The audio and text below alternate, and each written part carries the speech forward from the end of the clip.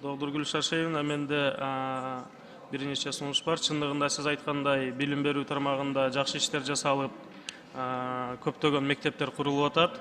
Ошол эле учурда мына Баткен районунун Бужум айылында элдин саны кескин көбөйгөндүгүнө байланыштуу жаңы мектепке муктаж болуп турат. Ушуну сиз эске алып койсоңуз, жаңы мектеп куруп берүү жөнүндө. Ошол эле учурда мынакей дагы бир сунушум, Баткен областынын Кадамжай районунда Кыргыз Кыштак деген айыл бар.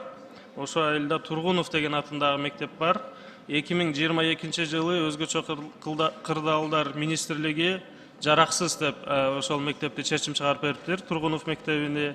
Бирок ошого карабастан бүгүнкү күндө балдар ошол жерде аргасыздыктан окуп келатат. Ушуну дагы эске алып койсоңуз, Кыргыз Кыштак айылындагы Тургунов мектебин.